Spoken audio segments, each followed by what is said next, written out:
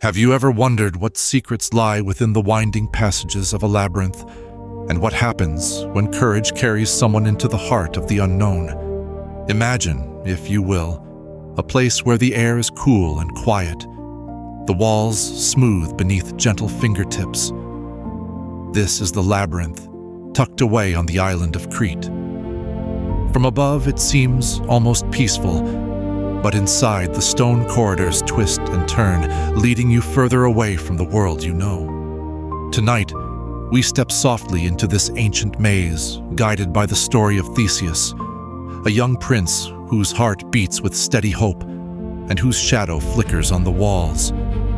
He carries nothing but a simple sword and a ball of silken string, a gift from a friend. The labyrinth is silent except for the delicate movements of Theseus's hands as he unwinds the thread, tying it securely at the entrance. Each step is deliberate, careful, as though the air itself is holding its breath. The deeper he moves, the more the outside world blurs into memory, replaced by the gentle echo of his footsteps and the distant, rhythmic pulse of his own heart. But as he moves on, something new stirs in the darkness. There are whispers, maybe the breeze, maybe more, curling around him like shadows looming just out of view. He feels the weight of every choice, every turn, and yet there's a warmth here too. The warmth that glows in the heart when one takes on a challenge, not for glory, but for kindness and hope. Within the maze resides the Minotaur, half man, half bull, a creature woven from ancient fears and sorrow, hidden away from a world that never knew how to offer gentleness. Theseus knows that he is not just facing a monster, but reaching toward a myth, stepping into a story older than himself. As he wanders deeper, he notices the dust rising beneath his stride, catching golden motes of sunlight that have somehow traveled so far. The labyrinth, for all its reputation, feels alive, not cruel, as legends suggest, but patient, holding its breath along with Theseus. At a careful pause, he listens and detects a faint sound, hoofbeats, slow and heavy, echoing behind the stone walls. The Minotaur, lost and lonely, is not just a beast to be fought, but a soul longing to be understood.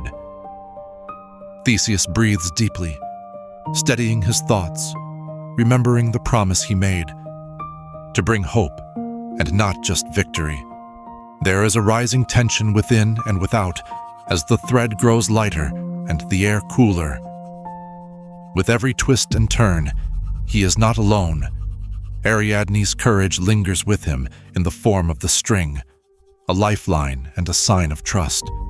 Soon, at the very heart of the labyrinth, he stands still, facing the Minotaur at last.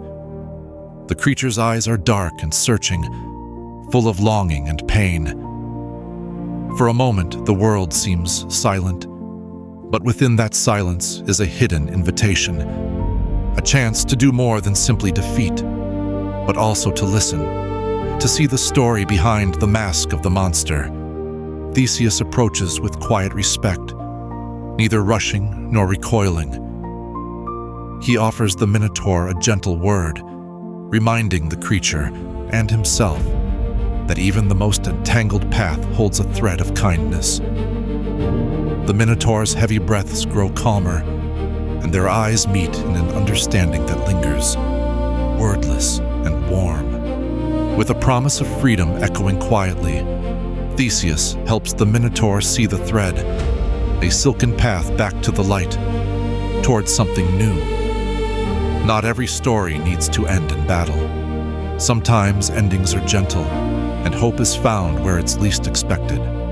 Together they walk back through the labyrinth, following the winding ribbon of string.